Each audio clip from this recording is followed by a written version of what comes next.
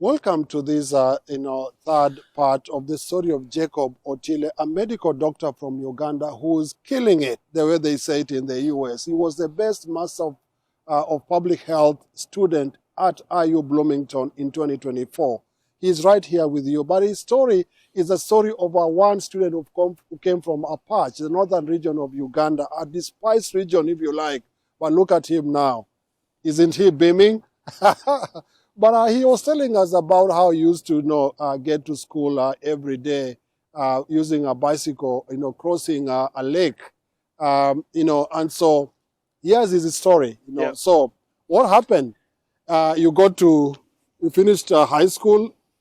Yeah. So That was still before you went to Midland. No, before I went to Midland. This was now a Lemere Comprehensive. Yeah. So we ride the bike to the lake, get into the boat, cross the lake, ride the bike to the school, and then your brother brings back the bicycle home in the village. Now, interestingly, before he brings back the bicycle, because this school you bring food in kind. Oh. Like at least you bring like maybe 30 kilograms of beans and maybe 50 kilograms of maize to keep in the store for your feeding through the semester. Oh, really? Yeah, that's what we used to do.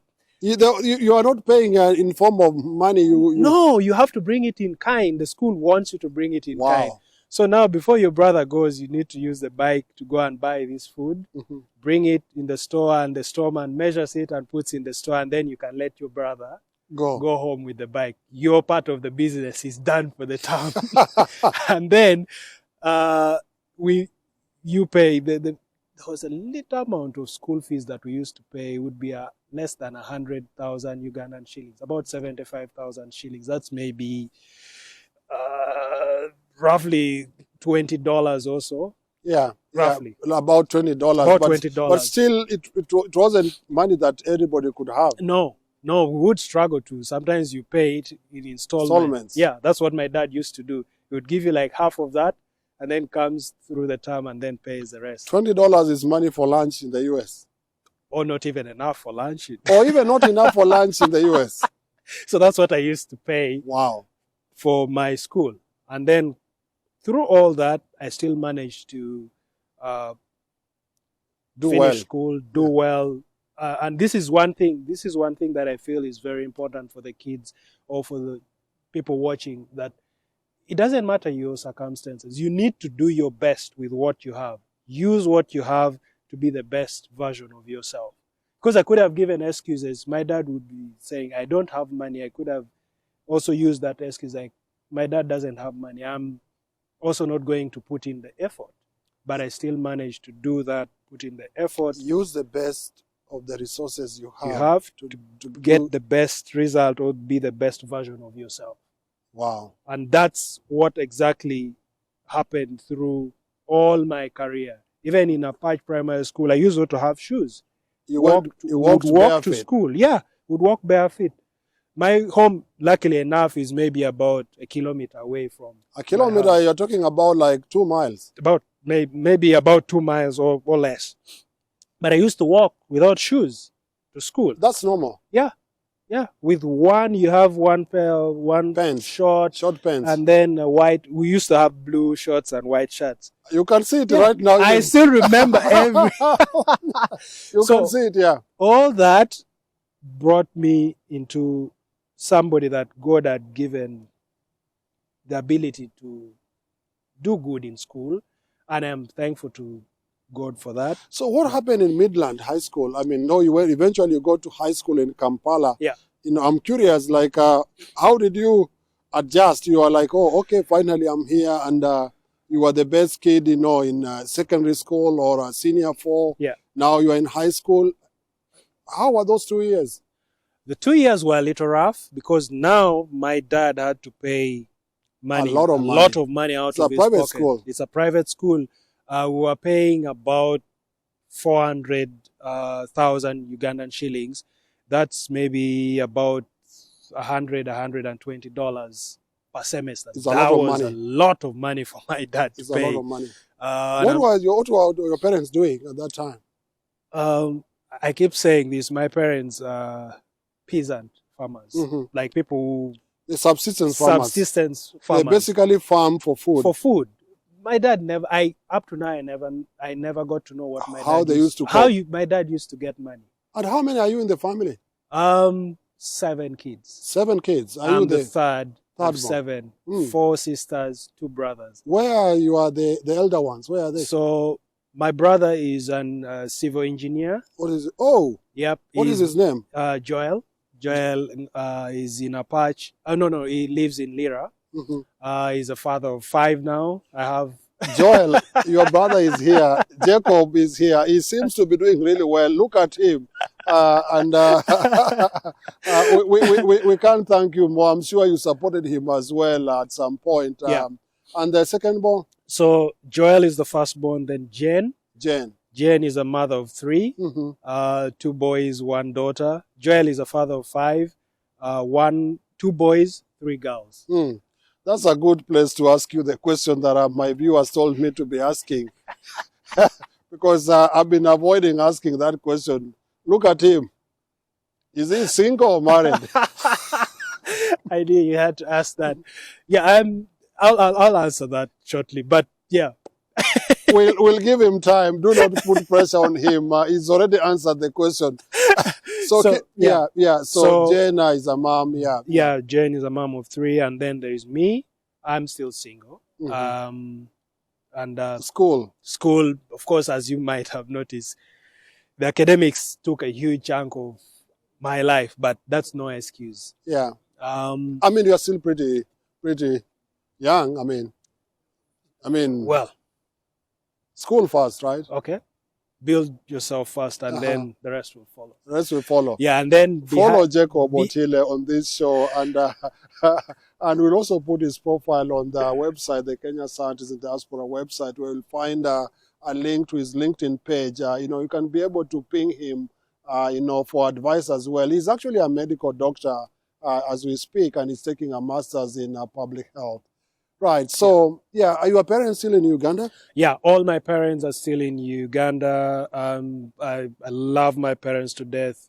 My dad always say this one thing that never made sense to me, that I will walk naked.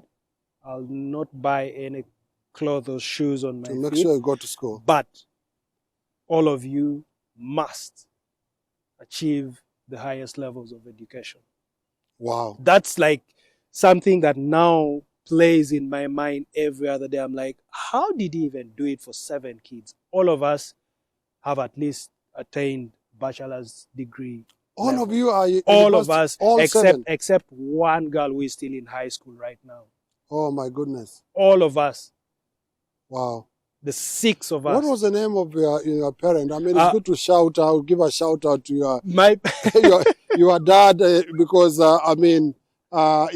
sometimes they say that fathers are uncelebrated, but we need to give a shout out to your parents for that. Particularly in Africa, it's not easy to educate children to college, right? Especially when you're a peasant farmer. Yes, especially you have your peasant farmers, for sure. Yeah, so my parents, Tom and Betty. Tom and Betty. I love my parents to death. I speak to my parents almost weekly. Mm-hmm. Christmas, we in good conversation and just sharing good Christmas vibe. They had their grandkids come home too. So I was telling them, you need to buy a lot of meat, a lot of rice, and soda for them. Yeah. Because that's what we used to look at. And I figure like even from your stipend, you normally support your parents sometimes. I always do try and support my parents and my siblings as well as much as I can. Yeah. You're watching Diaspora Scholars TV, where we bring you stories about students, scholars, professionals who've come to the US from Africa to study and to do much more. This is the story of Jacob Otile, who was a student of MPH at IU Bloomington. Look at him now. He's withered it all, walked barefoot to school, rode on a bicycle, crossed the lake on a boat, walked again to another school, but now he's in the US and he's not stopping here. He's destined for greatness. Earlier on, he told us about 5 virtues that push you along. You said determination. You said resilience, commitment, hard work, and prayer. Commitment, resilience, hard work, determination, and prayer. Yeah. 5 virtues that you espouse every single time, every moment. The sixth one that I always love to wrap around all this is consistency. Oh, consistency. Yeah, in whatsoever you do, make sure you're consistent.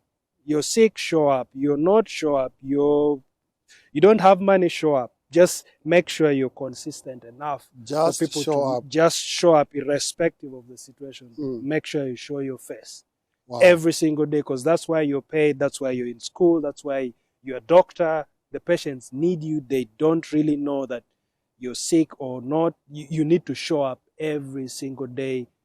That's how you're going to set yourself apart from the rest. Wow. In the final part, viewers, we look at the life of Jacob Otile as a medical doctor in Uganda.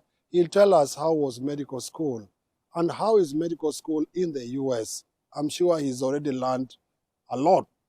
But on the other hand, again, what do you even need to become a medical doctor in the US? I'm sure he has some thoughts on those as well. But of course, he's taking a master's in public health. And that is an area also he's going to speak about. So viewers, when we return, Jacob continues with his story. Plus, how does he overcome all these challenges? Of course, he said he has those 5 virtues, and the 6th one, he talked about consistency. And so we want to thank you. I mean, every time I learn a lot from people I interview on the show. And every single time I always say, a surprise comes.